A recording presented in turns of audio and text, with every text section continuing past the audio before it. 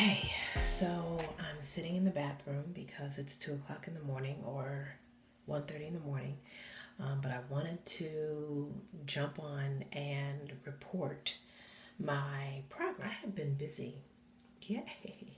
I have been so busy with my practicing on synthetic hair. And I really feel good. It's interesting looking at these and feeling them. It's all about the touch. I'm learning so much. It's all about the touch. So, some of them are too big, too fat. Some of them are too loose. Some of them are too small. They're all different, but that's because the synthetic hair, I'm having to pick the size in a way that I won't have to worry about when I get the human block hair of kinky hair that you just, I think it'll be easier. But still, it's okay to not be perfect. One of the videos said, don't try to be perfect. Perfection is not the goal because each of my locks has its own shape and size too. So for that reason, I'm going to just accept what I have and consider this success.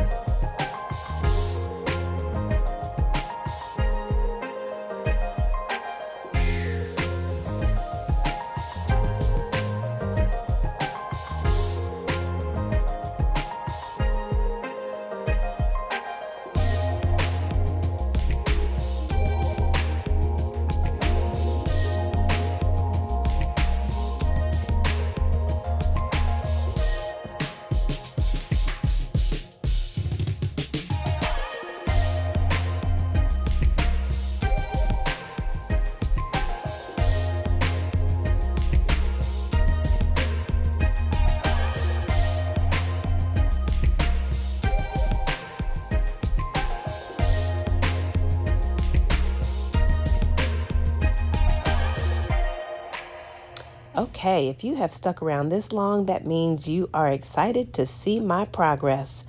I am so excited to use these tools. Okay, here we go. Got my hair separated, and now I'm pulling my tools out the bag. First one is the 3-prong. Second one is the 2-prong. I love these tools from Amazon. I'm just so excited.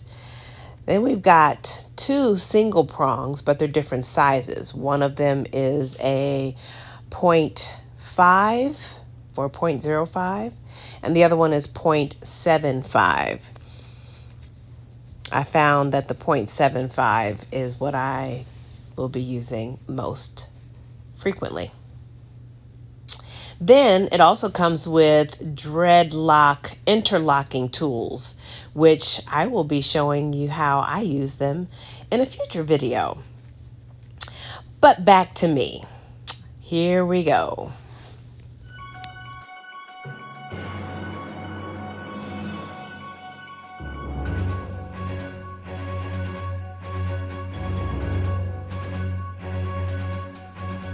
You want to feel the crochet needle to make sure it's facing the right way, and the numbers are also going to be facing this way. This is a 0.75 crochet needle, the 3-prong. It's what I always use to start. And because it's such a big chunk of hair, that the 3-prong is a lot faster, and a lot of the YouTubers who taught me how to do this say that as well. So I'm sure if any professional is watching this, they're going to be like, you're doing it wrong. You're supposed to go from top to bottom. You're supposed to go from bottom to top. I do what feels right. And since I had to do this 90 times, I did it my way. I also wanted you to hear the sound of the crochet needle going in and out, because it is very distinctively pulling the hair through, and then you pull it out. So giving a few tugs is pulling the hair from the outside of the shaft, let's call it, and pulling it to the inside and kinking it up on the inside. So you can see how it's starting to kink up. So the sound, the position of the crochet needle, and the sound of it going in and out, and the feel of it between your fingers and your thumb is what made me feel very comfortable with what I was doing. And I'm able to watch TV while I'm doing it. I was doing this, before and after dinner. Every movie we watched during, the quarantine and the shutdown, I'm doing this for days and days and days and days. And you just start to get a feel. You know when to yank it all the way out.